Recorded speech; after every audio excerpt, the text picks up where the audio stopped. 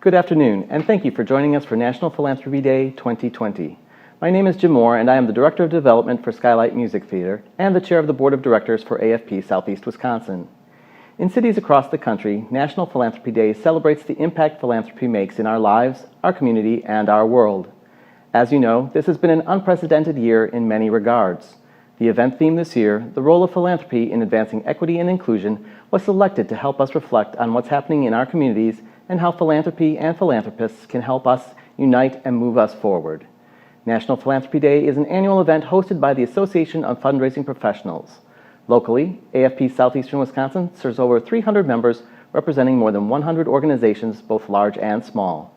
As a chapter, we offer education, mentoring, certification, networking, and other opportunities to support our members as they thrive and excel in their roles as fundraisers. Today's event would not be possible without the support of our sponsors.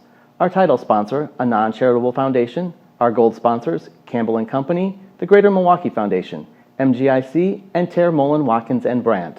Our silver sponsor, Northwestern Mutual, and our patron sponsors, American Company of Irish Dance and Biz Starts. Thank you to all of these great sponsors for making today's program possible. I also want to thank all the hard work of our NPD committee, especially its chairs, Elizabeth O'Hara and Dawn Hutchinson-Weiss. We have a very rich discussion for you today, and I don't want to delay you from the program any further. Thank you again for your participation, and with that, I'll turn it over to our moderator, Christopher Boston. Well, hello, everyone, and thank you, Jim. We are here for a substantive discussion on the role of philanthropy in racial equity, and I'm glad to be with you today. My name is Christopher Boston, and I'm privileged to serve as the senior pastor of the Lamb of God Missionary Baptist Church here in Milwaukee, Wisconsin. One of the things I like to say about our church is that we meet people at the intersection of pain and promise. We were established in 1956. For the last 64 years, we endeavor to help individuals meet their social, emotional, and certainly spiritual needs. And I am grateful for the opportunity to be before you today and to be with such an esteemed panel for such an important discussion in such a critical time. And so I've had the privilege of not just being pastor as I have for the last 8 years, but also being a community organizer working in the city of Milwaukee for about 20 years now, and engaged in many different initiatives, including with the Local Initiative Support Corporation as Director of Sustainable Communities. That is where I had the opportunity to meet many of the individuals who are on this panel today. And so I'm looking forward to the discussion and to all that they have to share based on their experiences, and based on their knowledge, and certainly their expertise on the matter of philanthropy. And I guess we should say, as we're gathering, happy Philanthropy Day, National Philanthropy Day. I guess there's a day for everything. Although I missed yesterday, I think it was National Donut Day. I missed it, so I'll have to come back and recreate it myself. But we should say happy Philanthropy Day to all of you who are gathered for the Association of Funding Professionals in the Southeastern Wisconsin chapter. So I've said a little bit about myself. What I'll do is I'll give the panelists an opportunity to say a little bit more about who they are, what they do, why they love to do it, and what they plan to do moving forward to help to create racial equity. And then we'll continue our discussion moving forward. So we'd like to now ask Jomar, why don't you give all those who are out there watching and listening to this panel an opportunity to know who you are. Well, good morning, good afternoon, everybody. Jomar Hooper, Executive Director of Safe and Sound. Chris, I can tell you I did not miss National Donut Day, so I don't think I've ever missed a donut day, to tell you the truth, honestly, but you know, I'm very excited to be here to talk about this topic right now. As I mentioned, I'm the Executive Director of Safe and Sound, which I've been for the past 8 months, which is a very interesting 8 months to have been a new executive director at an organization. It's a time that we saw the pandemic arise, and a time where we saw a new emphasis among social justice within our community. So it's been a great time to really come into an organization and be able to look at what we do, what our mission is, and how we can accomplish that based upon the new lens that is being projected within our community. As I mentioned, at Safe and Sound, we have 10 priority neighborhoods in which we work to produce strong neighborhoods, strong and safe neighborhoods, in conjunction with our residents, with the public safety resources, and with our youth organizers, working with youth in the community as well, too. So just a little bit about myself. I grew up in Sherman Park. I'm a Milwaukee guy. I've been MPS and have been in Milwaukee almost all my life. But what's interesting is that in the time since I've grown up, probably let's say 30 years later, I can't honestly say that things have gotten better in Milwaukee. And in some instances, I can say things have gotten worse on many occasions. And part of this topic today is obviously about equity inclusion within the philanthropy and the nonprofit sector. And we've seen that hundreds of millions of dollars have been poured into the nonprofit sector from philanthropy during this time. But again, like I said, we can't really see how things have changed, and we keep using the same old giving strategy. So that's why I'm happy that we're here to really have this discussion today. I really think it's past time for us to begin the conversation as a community about how are we investing in nonprofits? How are we including a racial equity lens through that investment? And is what we were doing currently broken, and how we can fix it? Just a couple things I want to highlight. Despite all the investment, those hundreds of millions of dollars, nonprofit boards are traditionally still mostly white in Milwaukee. Our nonprofit leaders are traditionally mostly white in Milwaukee. Our grassroots nonprofits, which many are led by minorities and people of color, remain undervalued and underfunded as well too at this point in time. And their leaders are still not receiving the training and support to build capacity within their organizations to help them get to the next level. And we also continue to have this focus in our community of outputs versus outcomes. And I think that has the reflection amongst our How is Philanthropy pushing these organizations as well. So I'm excited that we're actually receiving this push over the last 6 months, which we've been really trying to focus as a community and as a nation around how we can do more around equity, specifically in the nonprofit sector. So this conversation is, like I said, is very timely. And despite what we saw from the election results and some positives and some negatives coming from that, I'm still just very happy that we're in a place right now in our country where we can have this conversation and try to focus that equity lens amongst philanthropy and nonprofit giving. Thank you, Jomar. And given that you're still rather newly ensconced into your position, although it's been a rather trying 8 months, I'm sure, let me say congratulations publicly.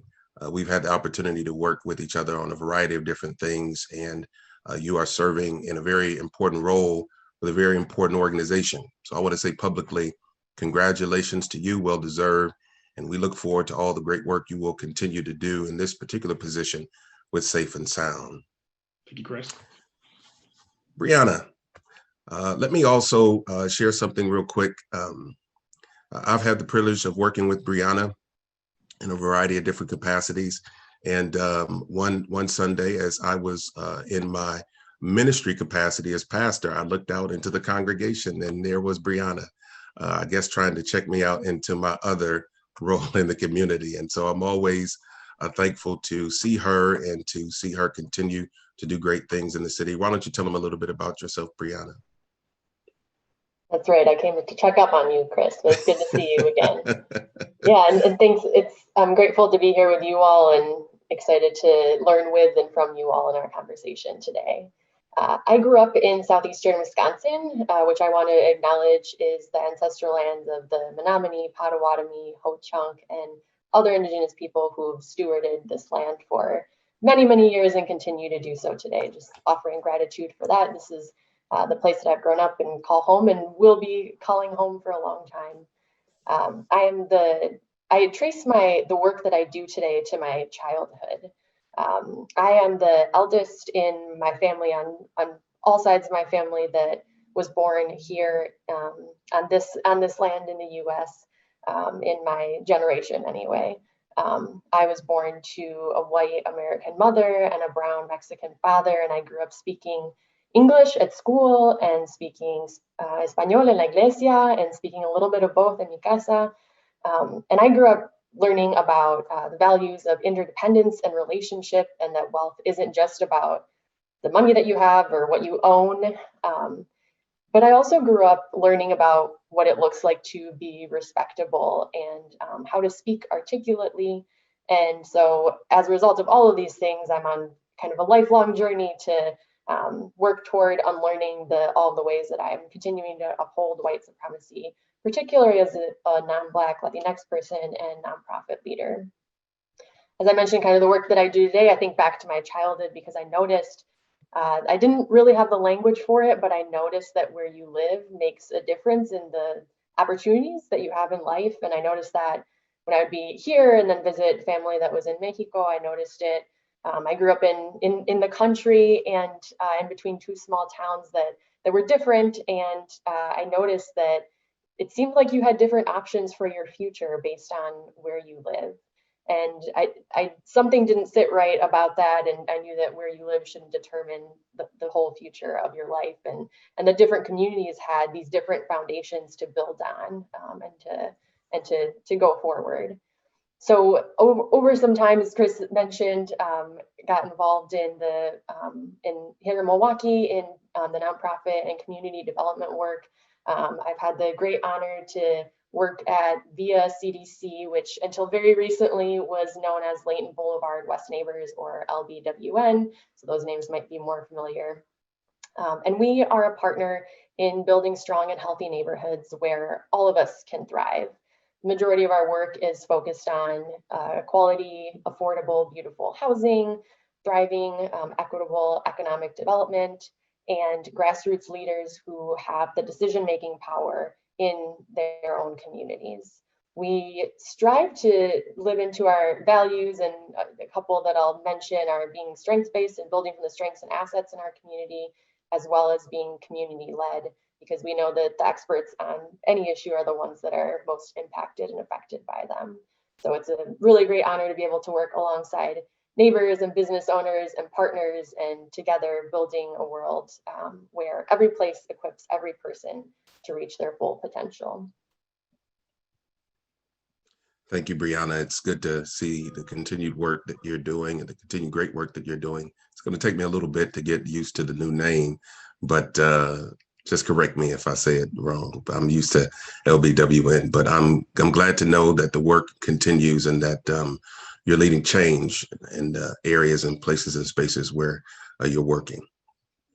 Next, we have Tony Shields. Tony, why don't you tell us a little bit about yourself and the work that you're doing? Thanks, Chris. I appreciate the opportunity. I think today's word for me in this experience is gratitude. I feel honored to be here, part of this great panel. I feel honored to speak to a number of people that are doing great work and trying to source that great work throughout our community. So thank you for the opportunity, and I have a lot of gratitude for the opportunity to be here today. My name is Tony Shields. I am the president and CEO of the Wisconsin Philanthropy Network. WPN is a member organization of philanthropic interests throughout the state of Wisconsin. We have family foundations, corporate foundations, community foundations, health funders, as well as education funders throughout the state of Wisconsin. The role of WPN is to promote effective philanthropy throughout the state and have an understanding of statewide trends and national trends and the great things that are happening and the best practices and challenges that organizations that source the great work that is happening in our community face. And we really work to convene, bring organizations together, really do what philanthropy does, understand issues, have discussions and conversations, and develop plans to address those issues, convene conversations around those issues, and think about the solutions so that our members can source those opportunities. I am a native of Chicago. I've been in Milwaukee for 30 years, which proves that you can do good work with people who you may not share the same professional NFL football alliance with.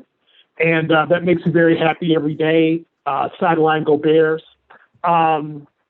Grew up in Chicago.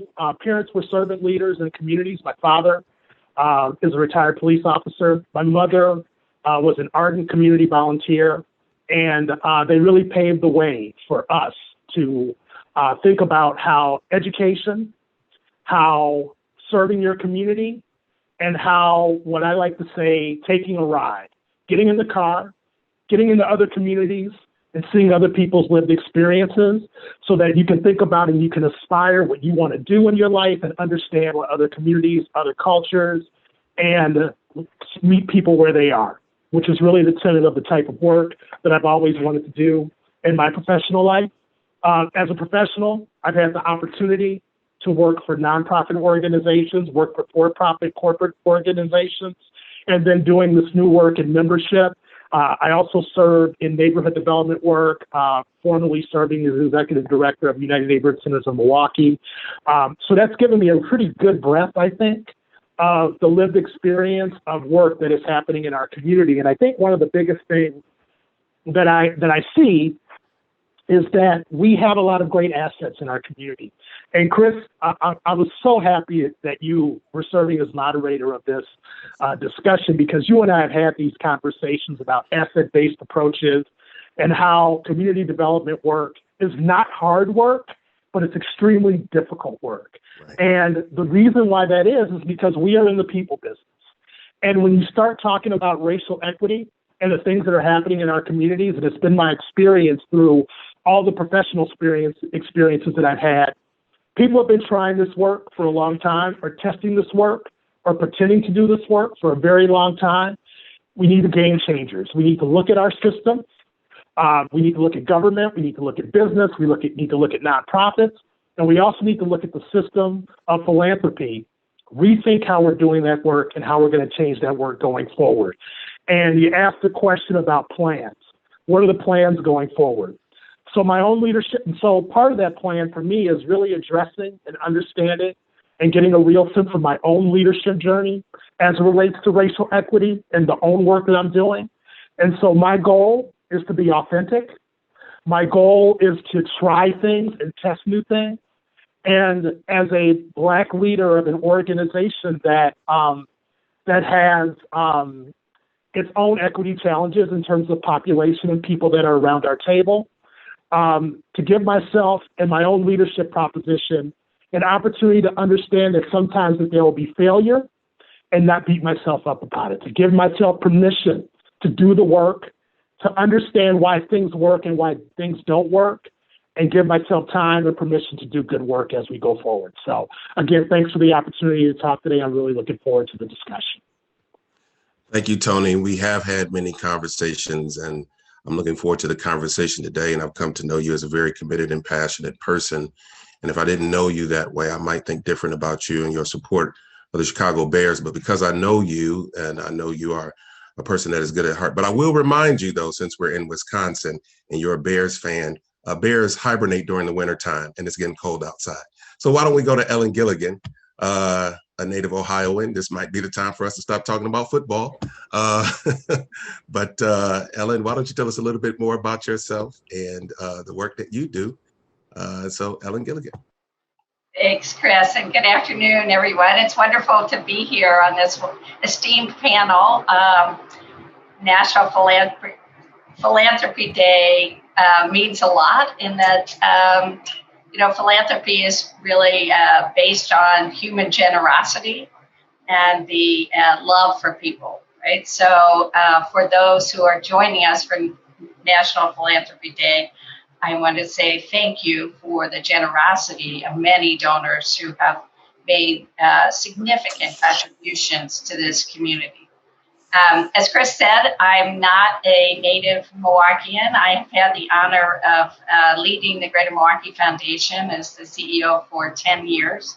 I came here from Cincinnati and have lived various places in my adult life. Luckily for this conversation, I have virtually no interest in sports until it gets to the final stages. So I don't have any favorite sports teams that I'm promoting. In fact, several years ago, we were watching a baseball game at home, and my husband and my son were rooting for the Washington Nationals, where we used to live. And I said, well, what about the Cincinnati Reds? That's my hometown team. And my son said, Mom, could you name 3 players on the Cincinnati Reds? And the answer was really no. So I don't want to get off on sports. We're here to talk about really the importance that is correct. of this really critically important topic of racial equity and philanthropy. And I have worked in the nonprofit community for 25 years, 20 of which have been in philanthropy. My early career was spent in community development, which I refer to as my first love, because what I learned during that period of time, traveling across the country and meeting with people who were working on the ground, improving their own communities, I always thought it was a wonderful opportunity to have resources to connect to people who were self-determining what their priorities and what they wanted to do in their community. And my experience was, or my values were really shaped by my parents as well. Everybody has mentioned the values that they got from their parents. My family, my parents were both educators. They were both volunteers. My dad spent half his life in public life and half his life in education. And my dad had a saying, which was, life is not put on for your viewing pleasure, which meant that we were all expected to use whatever talents and opportunities that we had to improve our lives and the lives of those around us and our community. So that has really been my driving force throughout my career. I think that the last 6 months in Milwaukee and across the country, as I have watched what has happened with the intersecting crises of the COVID crises, the related economic crisis, and the renewed call and real demand for racial justice, has made me realize that despite 105 years of generous philanthropy through the Greater Milwaukee Foundation, which I am not in any way criticizing, that our donors have made such a difference in this community in so many ways. But the people who have been most devastated by these crises continue to suffer the most in these interrelated crises. So to everyone's point previously, we have to do something different. We have to renew and rebuild our communities in a different way, with the people that we're trying to serve at the center of the decision making, of the resource allocation, of the strategy development. We have to do something different. And we know what to do. This is not a secret. We know what to do. Housing, education, economic opportunity, health, those are strategic investments that philanthropy can make with government and really change the trajectory of people's lives. So that's what brings me to work every day. In 2016, the Greater Milwaukee Foundation made a generational commitment to advancing racial equity in this region. And we have been laser focused in terms of trying to advance more of our financial resources, more of our reputational capital, more of our communications platform, every tool in our toolbox to both underscore the need, invest more deeply, and bring our generous donors along on this journey, because many people who work with us really want to make a difference. Thank you, Ellen, for sharing your work and the work of the Greater Milwaukee Foundation. And as I shared with all of you who are listening to this panel today and witnessing these persons who are on the panel sharing their expertise, one of the things that I said at the beginning was that these are definitely remarkable people leading change in ways that are large and small. And so it's interesting to see how that work will go forward given this moment that we're in. One of the things I wanted to come back to and to ask is, there's a saying that has been used in the African American community in particular, and perhaps you've heard it before. And it is this notion that when America catches a cold, Black folk get pneumonia. And what we've witnessed now is that when America gets COVID, Black folk die. Sometimes that death is definitely physical, and we've seen that happen in terms of the health outcomes and all of the comorbidities that have been mentioned and some of the other things that are underlying conditions that we see within the African American community and communities of color. But death in other ways, in terms of a kind of a death of hope because of a lack of opportunity that is extended. And one of the things I wanted to do, and I'll ask this of Jomar initially, given that you are still rather new to your position and you came in at a time when all of this was unfolding, what we've seen over the last 8 months with the constant rise of cases of COVID and what it's meant for our communities, the death of George Floyd, Breonna Taylor, and that issue that we continue to wrestle with, and how we're coming back to the conversation of racial equity and really wanting to have an authentic discussion about what that means, and not just, us singing "We Shall Overcome" or lift every voice and sing at various gatherings. So, Jomar, growing up here in Milwaukee, as I did, growing up in the Garden Homes Park neighborhood, you growing up in Sherman Park neighborhood, what are some of the things that stir you up, given the opportunity that we have, and really the imperative to not move forward with business as usual, given what we have witnessed over the past 8 months in particular? Yeah, I really look at the fact that, me personally, and I know a lot of folks right now, there's this deep sense of urgency because as a lot of folks mentioned, we've been doing things, the definition of crazy is continue to do the same thing and expecting different results. And I just look at every single year for Southeastern Wisconsin, for Milwaukee, for Racine, Kenosha, we keep seeing a new list that comes out every 5 to 6 months that Wisconsin is the worst place for Black people. Milwaukee is the worst place for Black people. We have the greatest disparity in incarceration, greatest disparity in education, greatest disparity in jobs and income between Black-white gap. So to me, I just think that there's such a sense of urgency right now, not even before the and thought process around how do we have more racial equity over the last 6 months. I think folks really are starting to really understand that we've been doing the same thing in Milwaukee for so long, and it's gotten us to the same point.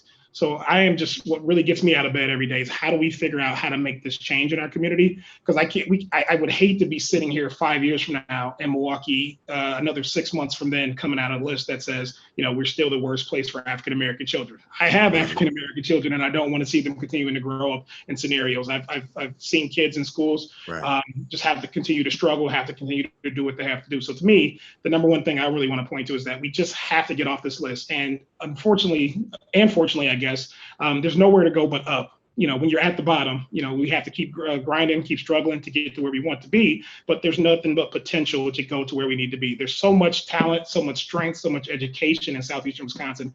It's kind of inexcusable that we haven't been able to figure this out yet. So to me, I'm happy that we're having these conversations so that we can try to figure out how to move forward. I know I'm committed. I know the folks on this panel are committed. And I just think we really have to work collectively throughout our organizations, with our boards, with philanthropy, with government, to try to figure out how we get these solutions to move forward. Because we have the solutions in ourselves and in our community. Chris, if I could just piggyback on what Jamar said. Sure. Yeah, I agree with Jamar. Wisconsin, Milwaukee continuously ranks in a particular dire space. We need to rethink and redo things differently.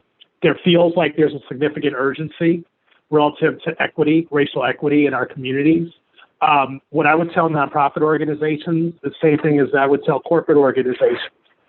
This isn't our first rodeo in this space of equity, and there's a cadence to this equity conversation that continuously happens.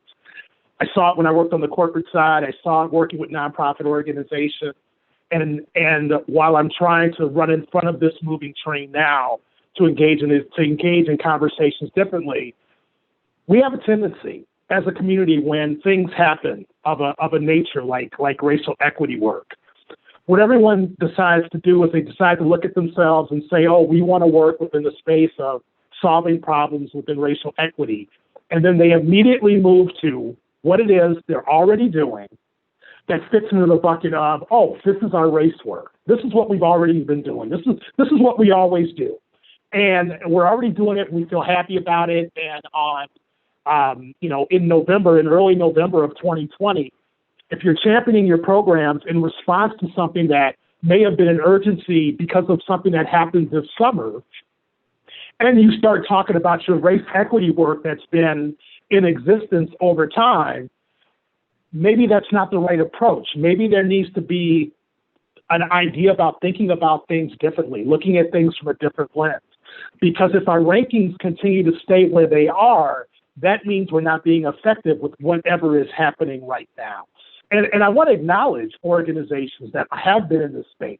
And I think within the philanthropic circle, within this philanthropic space, one of the fascinating things about racial equity is that when I talk to our members, when I talk directly to Philanthropy about where they are in racial equity work, they will all tell you that they're in all different places and spaces.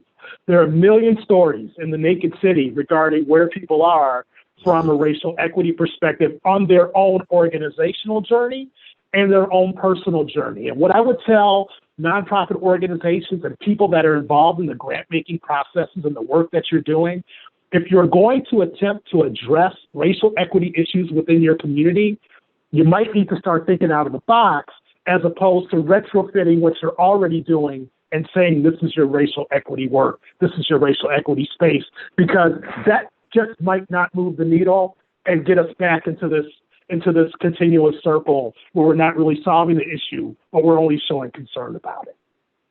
Right.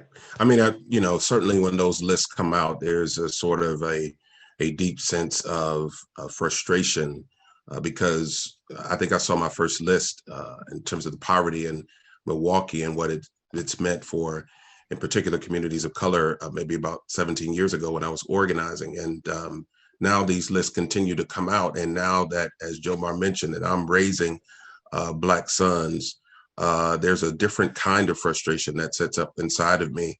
When these lists come out and you're made aware of these lists, Ellen, what's some of the conversations that you have with your staff when you go into the next staff meeting where you're leading the largest foundation in the state of Wisconsin with the name Greater Milwaukee Foundation?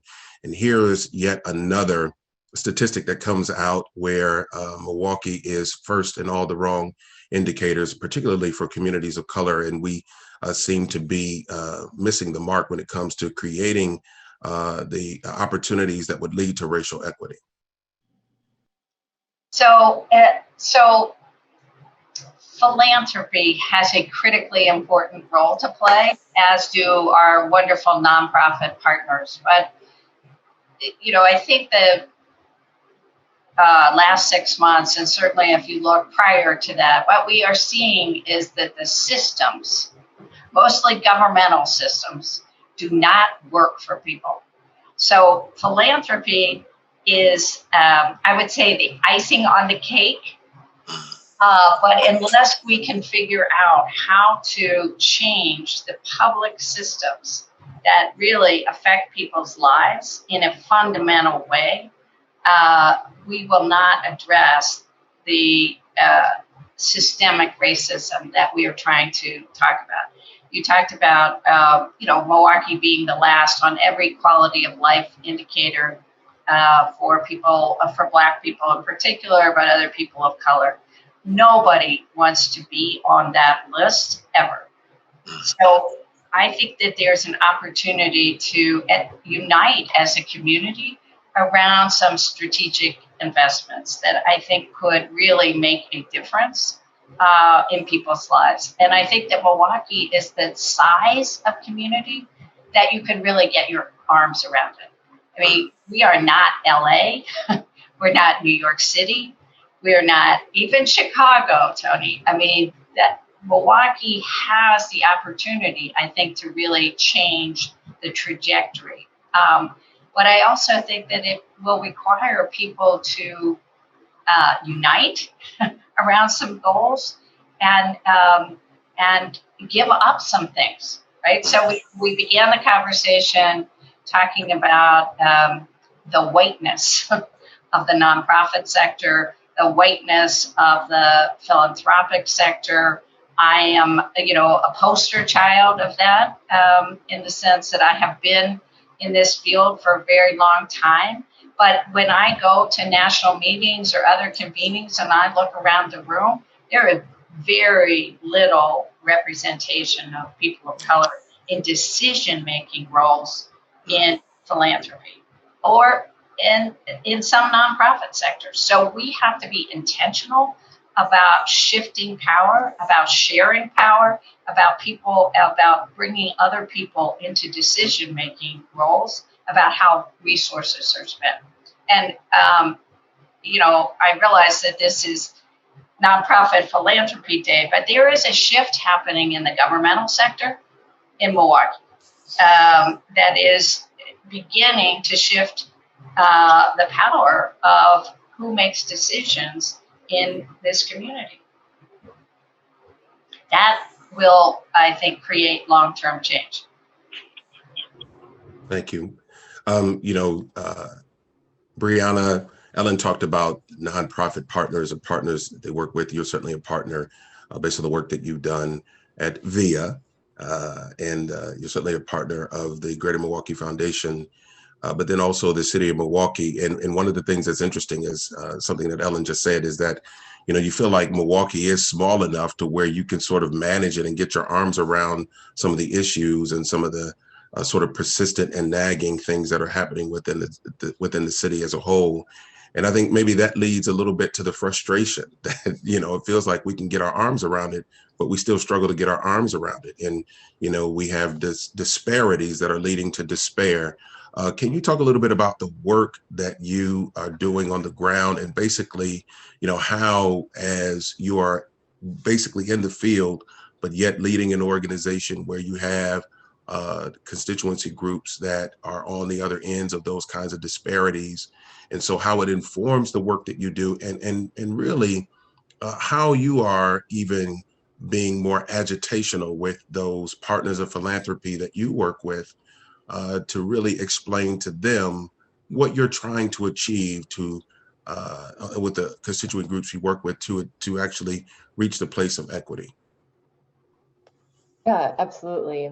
I think, one of the things that we think about is how well-being is built. And like, Ellen was just talking about now, there's so many different pieces, so many tools, so many materials that are needed to build well-being. Well-being is built like a house is constructed. So we need materials and things like parks and green spaces and access to healthy food and jobs so we can support our families and so much more. And so that is that's one of the ways that we think about our work at VIA. And I think, as you're talking about like frustrations, like it's like you can almost grasp it, but then something is missing. And I think part of, one of the things that's come up for me, and I know others I've been in conversation with, is that there's both this urgency, but also having to remember that this is a long game. You can't put out, at the term you used, Ellen, of a generational commitment. Like it's not a 5-year strategic plan to make this happen. And I think there's definitely a role. This year has, feels cliche to say, because I think or cliche or overused in saying that, what we didn't think was possible, we now can reimagine. We didn't know what was possible before, whether it's, working from home and doing a Zoom event like this, or so many other things. And I think that's something that I've, taken as a challenge to myself, the things I thought, well, I just can't do that. Like that isn't sustainable for our organization, or we can't operate in that way, or we can't put that challenge out there, or whatever seemed like a risk before seems like a greater risk to not take. And I think there's a lot of things that have changed this year and contributed to that. And I think certainly there's roles, as we think about equity and philanthropy, there's absolutely so many things that the philanthropic sector and folks working in that sector, have a responsibility to interrogate and to shift as it relates to systems, as Ellen mentioned, systems that aren't working. But I think also as nonprofit leaders, we have a responsibility to not perpetuate those things and something that I've been cognizant of and asking myself about is, what are the things that are maybe working for me, working for my organization, but are actually perpetuating the opposite of what we would actually want to be about. And so even small things, maybe there's a grant application question or a question that you get from a donor that is, maybe there's some elements of like saviorism or paternalism embedded in that. And rather than saying, yes, my nonprofit can make you the hero of this story, making sure that thinking about who is centered in that and pushing back. So I know there's been like a specific example of like grant applications that have asked for, it points to the organization. How do we make ourselves the hero so that we can get the funding to do the important work? And it's easy to tell ourselves that story, that that's how it has to work. But maybe it doesn't, and actually it doesn't, and there's another way. Thank you, Brianna. And one of the, as I'm listening to you all, and one of the things that you brought up, Brianna, was this whole notion of sort of the questioning and really what I would call reforming the a process of interrogating. If I'm organizing within the community, so I would ask myself three questions. I would ask, what happened here, what's happening here, and what can happen here. So sort of how do we get here? What's going on the ground right now, and who's doing that work, and what's possible, right?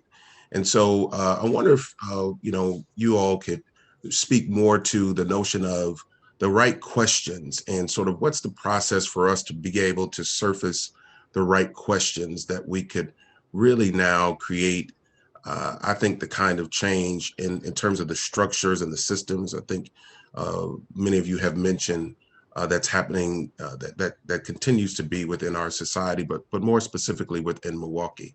Whoever wants to take that first, or why don't you go, Jomar, and just talk a little bit about that?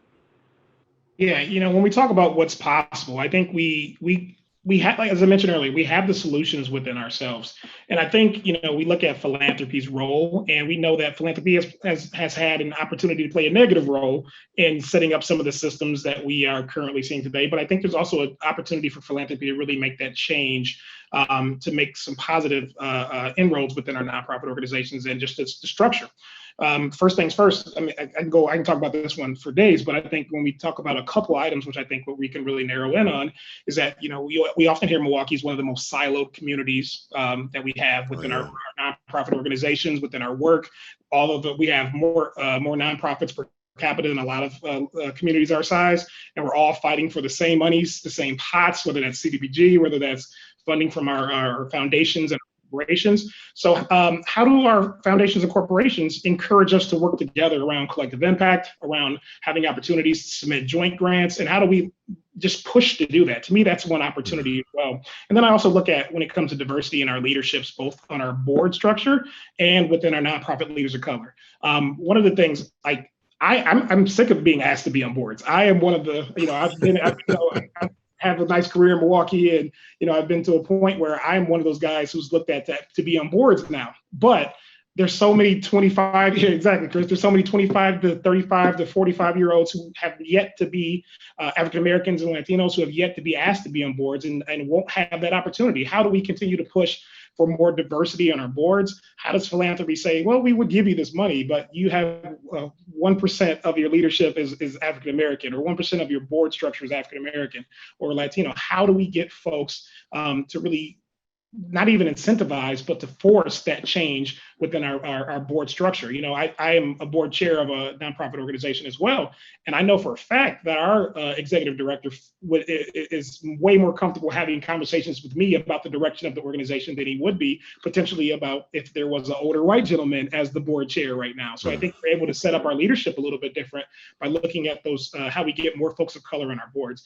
And again, I mentioned lastly is just when we talk about nonprofit leaders of color, we have tiers in Milwaukee, right? We see a lot of nonprofit leaders of color in our smaller grassroots organizations, but when we go up to the ones that are over $2 million, $5 million, we're not seeing that diversity within our leadership. So how do we continue to grow those folks so that we have a very deep pipeline and a nice bench in Milwaukee around our nonprofit leaders of color so that we can give them the skills they need? It's the budgeting, the finance, HR, all those things that a lot of folks aren't traditionally able to get, unless you're grabbing a master's in nonprofit leadership or master's in public administration. How do we get those folks to be able to build those pipelines so that they can be successful in the future and move into that? So diversity is a key. And I think we have to look at not just incentives, but we have to look at it like this stuff needs to start being mandatory. Yeah.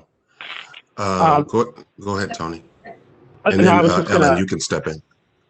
I was just going to say that a lot of what Jamar said, I agree with. I think one of the big movements that philanthropy is moving into, and part of our own leadership of WPN and getting us to their place, is understanding the fact that the awareness conversations around racial equity, while nice and help to serve as entryways for people and organizations to come into, but we're aware.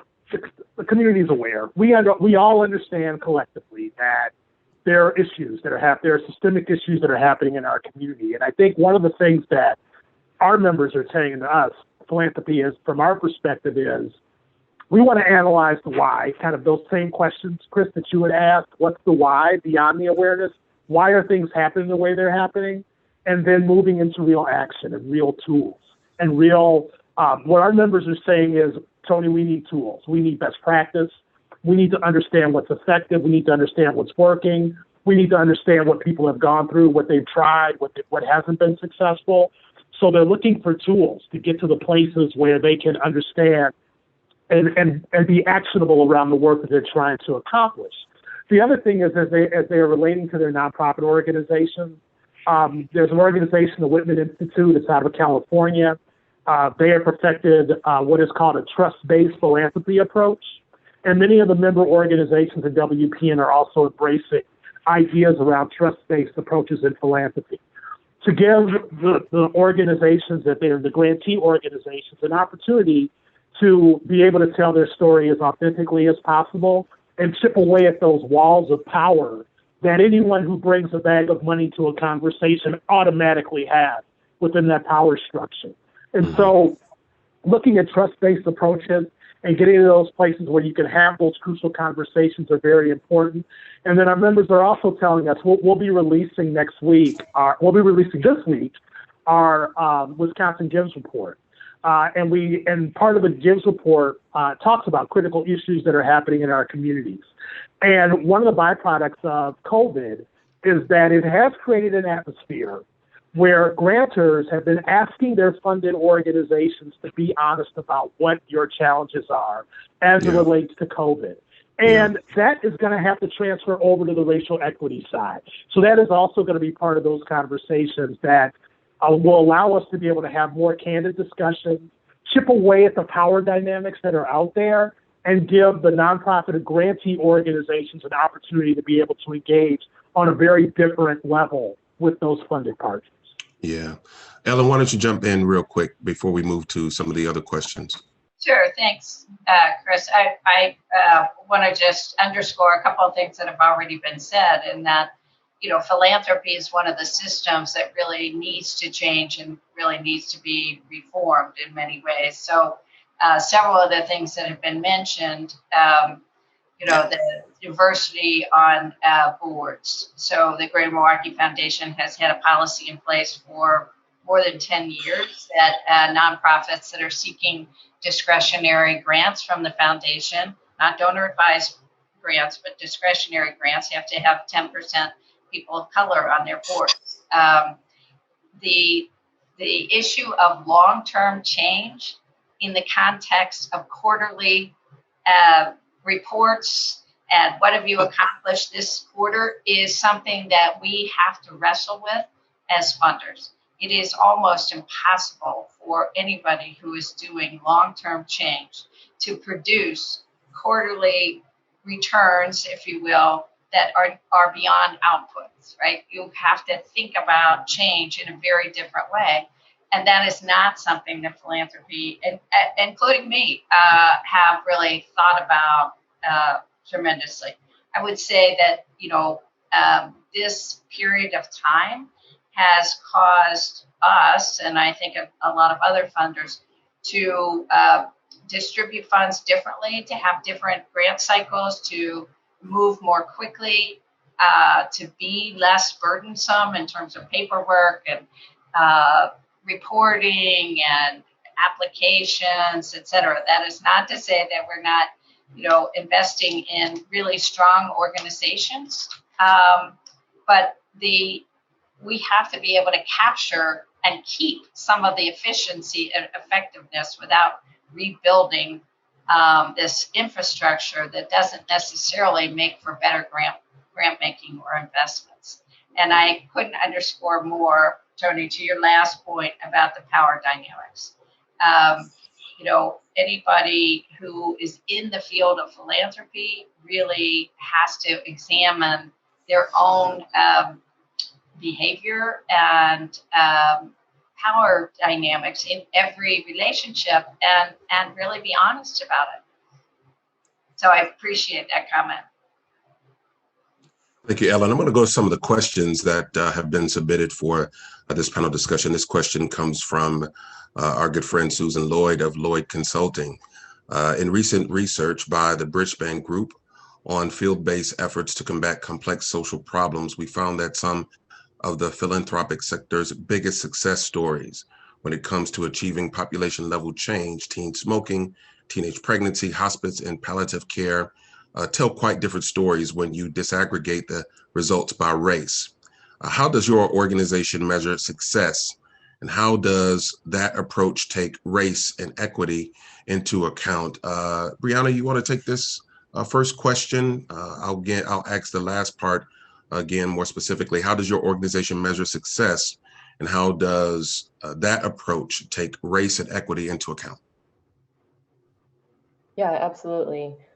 One of the ways that, one of the things that serves as kind of the primary guiding force for our work is that we've been anchored in 3 neighborhoods on the near south side of Milwaukee for the last 25 years, the whole time we've been around. And there is a neighborhood action plan, a quality of life plan that was developed by community members. And that is what is guiding our work. We reflect on that annually and,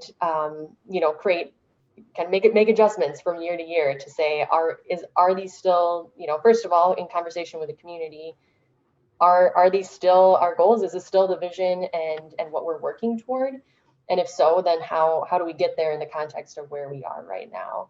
And I think to the question or the part of the question about how does race and other factors play into that, frankly, in a lot of ways, it hasn't, and for many years. And, I think of an initiative where it was, moving on. I think it was kind of a pilot at first, and it was looked at successfully. And I was recently looking at the data, and for the first, 5 or I forget how many years, but the first several years, it was around housing, and it was largely only benefiting white families, which in and of itself, you could say, well, what's going on there?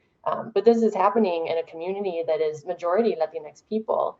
And so, we've noticed those things over the years for ourselves. I think it's important for us as leaders to, going back to asking questions and calling ourselves out and looking to see like, okay, how do we learn from this and what can we change as a result? So from some of those things that we've noticed over time, we've, on a very practical note, started adapting the SMARTY goals. So not just things that are measurable or specific, et cetera, but that are also inclusive and equitable. And I think it's important to note that, diversity, equity, and inclusion, those are 3 different words that have 3 different definitions. And so those show up in different ways when we're thinking about how we measure success. And then to some of the points earlier, what does that look like if you're talking about changing the infrastructure and building foundations for well-being, foundations for health for all of us, what does that look like over time? So I think those are some of the questions that we're asking. I appreciate that, Brianna. You actually answered, in some ways, another question that Susan asked about how does your organization ensure that its own efforts promote equity and inclusion, and how do you measure your progress, and what do you do with the results? Jomar, I wonder if you can really look at that question as well, this notion of, and I recognize that, you've just been with Safe and Sound now for 8 months, but the work, you mentioned a couple of things about promoting diversity and inclusion But I wonder if you could talk a little bit about the measuring of progress and the measures of success, and then what happens with those results. What do you do with those results when they come back to you in terms of whether or not things are moving in a way that is significant and substantive? I think I want to talk a little bit about, just what we plan on doing around that specifically, having had an opportunity to come into the organization and just really think about, holistically and from a community-wide perspective where we're at. I'm really thinking that we need to move beyond partnerships, beyond collaborations, and into deeper collective impact within our neighborhoods, and just to ensure that we're all moving forward in the same direction. As I mentioned, for me, how we figure out what the equity looks like, it's that we have to have everybody at the table. We have to have all the residents at the table. We have to have our youth at the table. We have to have our organizations at the table and all those who are doing the serving, and then try to figure out who's not there and get us all together. So to me, I think what it looks like is how do we specifically all are at the table to ensure that we're not fighting over funding, that we're not fighting over who's doing what in our neighborhoods, and that we're really listening, spending really good time listening to our residents, listening to to what's needed, and really trying to take a deep dive into how we can achieve that together versus trying to think about what is my sector and how am I moving forward in this specific sector. Obviously, we work at Safe and Sound in the area of neighborhood safety, but now we've traditionally taken the approach that neighborhood safety is about, working with law enforcement, working with public safety, but it's going to be a holistic perspective. Neighborhood safety is quality housing. Neighborhood safety is jobs. Neighborhood safety is quality education. So how do we get all the sectors involved in moving these metrics forward, but getting the resident perspective at the same time? So to me, it's just how do we throw everything in a pot, mix it together, and ensure that we're all eating at the same table.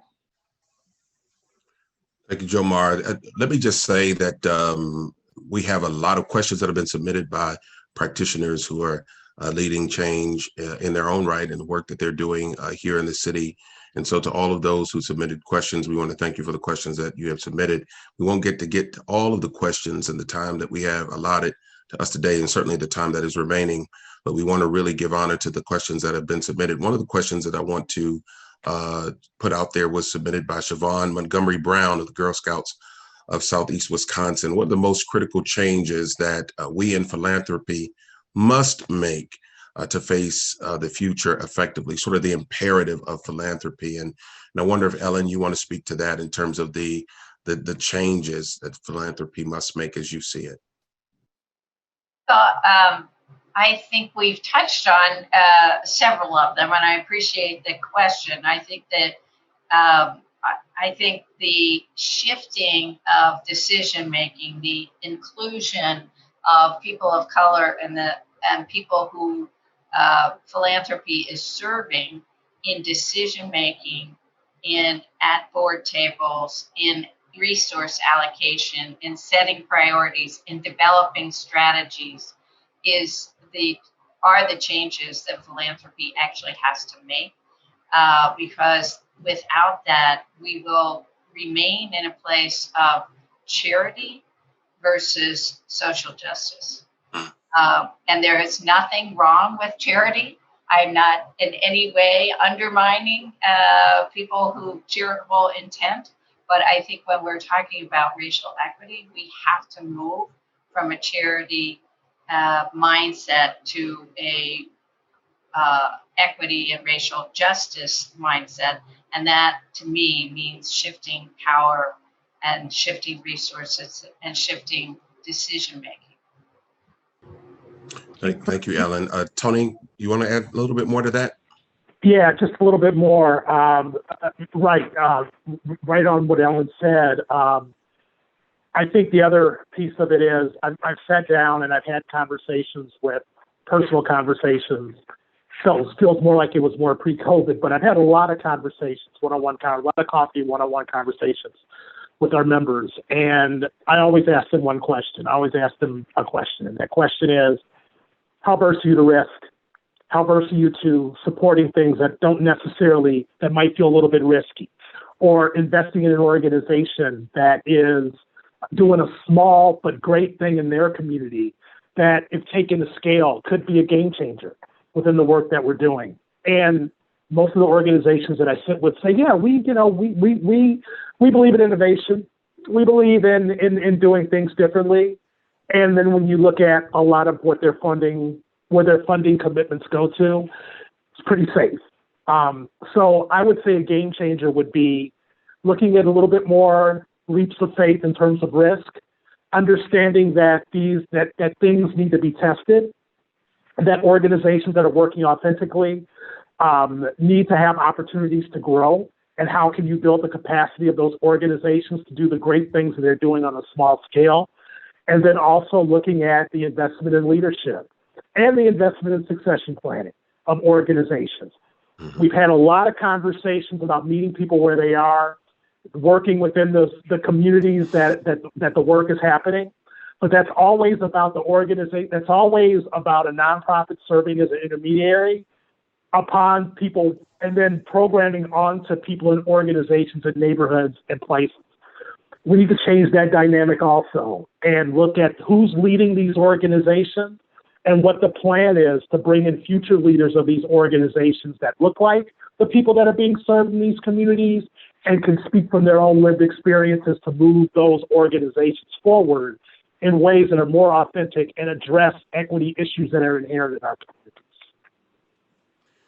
Thank you, Tony. We have 5 minutes remaining. And so what I want to do is I want to ask this question, and I want, if you all can, to use it in a way to sort of frame any final sort of remarks in thinking about moving forward, because the question was posed by Lisa Antonito of the Women's Fund, and that is, what's different about the crises of 2020 that you think will move the needle for lasting change in Milwaukee? And it's a question that kind of sits with me. Another question that sort of sits with me along with that question is sort of what needs to be different. And I think we've answered that in a couple of different ways, but if you could touch on that and sort of wrap that around your final comments and remarks, and I'll give you all an opportunity to do that. Let's start with Brianna. What's different about the crises of 2020 that you think will move the needle for lasting change in Milwaukee? And take about 1 minute each if you can. One of the things I guess I would say that I would hope is a part of that is, we've largely, and this event was largely about the impact of racial equity. But I think one of the things that has been made clear to us in so many different ways is that intersectionality really matters. So one of the things that I hope is a part of going, the change going forward and what can be different is that we're going to be thinking about the impact of race. We're going to be thinking about how that intersects with gender, how that intersects with sexuality, how that intersects with educational levels and so many other things. Because I think if we start to look at things in a vacuum, we're going to miss other things as we have in the past. So I think my hope would be that that focusing on the intersections of a lot of different identities and marginalized identities would be a part of the change in the future. Thank you, Brianna. Jomar, you remember the question? Yep. So when it comes to what's different now, I think the mind, there's, and as Ellen and Tony mentioned, there's been this mind shift in philanthropy for the better. I've had philanthropy folks ask me for the first time, what do you need as a leader, right? That's a conversation that hasn't happened. And sometimes I'm like, oh, let me think about that for a minute, right? Because that's because you're not used to having that question. It's a good question though to be asked. Yes. During this time period, I've gotten more money than I've asked for in certain scenarios because they know some of the what's going on in our communities and how we can respond to that at this point in time. So to me, I feel like right now what's different is there's the T word, trust. I think, philanthropy is starting to really trust what's going on the ground, what the folks are seeing, and how we can be a direct response to our residents, both during the pandemic and as hopefully we come out of that sooner or later. So to me, I think that's just the biggest revelation is that there's starting to be a more trusting relationship between philanthropy and between the nonprofit organizations who are actually doing the work. How about Ellen? How about you? You remember the question? What are some of the things that are different about this particular time in philanthropy? So several people have touched on it. I think it's, to me, it's the intersectionality of these three related crises and the really incredible disproportionate effect on people of color. And so I think that for many, it is the the effects of institutional and systemic racism that have been laid bare for everyone to see. And you can't look away. There is no denying when you look at who has been hardest hit in this community and communities across the country.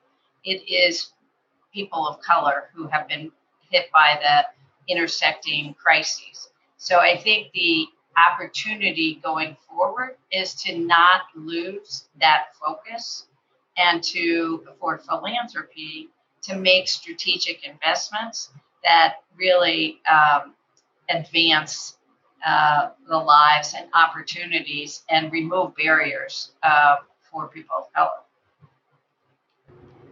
Thank you, Ellen. Tony, how would you answer that question? I mean, not looking away, the point that Ellen made and sort of what's different about these crises of 2020 and what that looks like moving forward to create lasting change. Yeah, what has really changed for me and what I'm seeing is the conversations are different.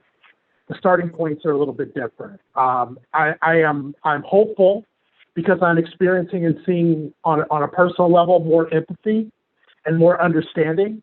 I'm engaging in deeper conversations with individuals and people who I had never engaged in these types of conversations before. The conversations were always being had. We were always having those conversations.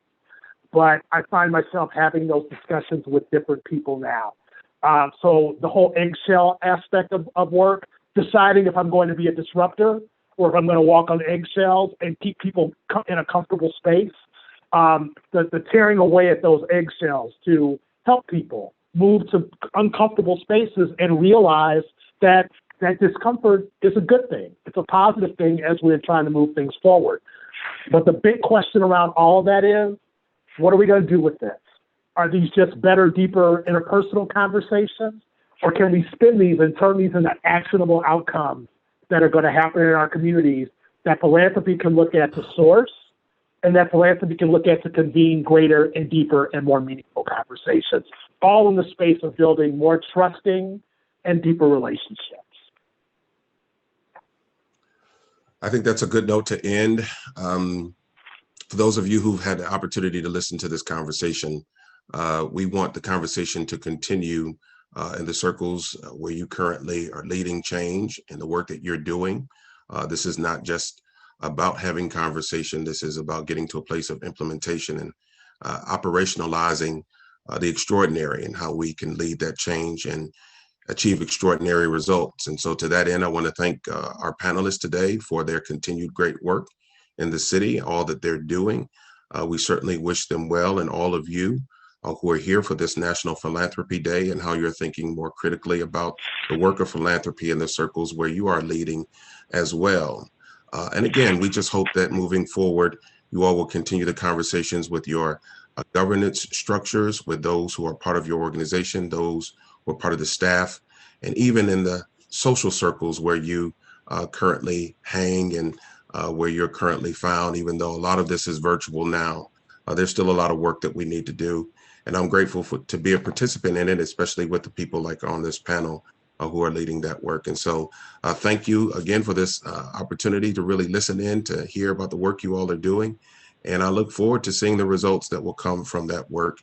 And thank you to AFP for this continued discussion that is here. And we'll kick it back to Jim. Thank you all. Thank you, Chris, and thank you to all our panelists today, Ellen Gilligan, Tony Shields, Brianna Saz-Perez, and Jomar Hooper. These are very challenging and important discussions that I know we are having at the local and national levels of AFP and at my own organization, Skylight Music Theater. The presentation today will be available at AFPSEWI.org, so please share the link with others. Thank you to all of you for tuning in today. I hope you will join us again for future discussions and for National Philanthropy Day 2021, when we hope we are able to once again meet in person. Last year, we concluded with some of the young actors from First Stage leading us in their daily cheer. I can't is not in my vocabulary. I take risks. I conquer my fears. I am not afraid to lead. Quite the daily mantra. This year, I want to leave you with a song from the musical Once on This Island and sung by Skylight's own Raven Monique Dockery, The Human Heart.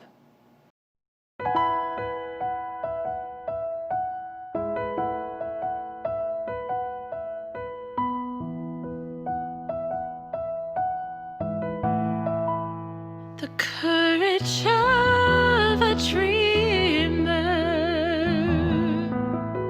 the innocence of you, the failures and the foolishness that lead us to the truth, the hopes that make us happy, the hopes that don't come true, and all the love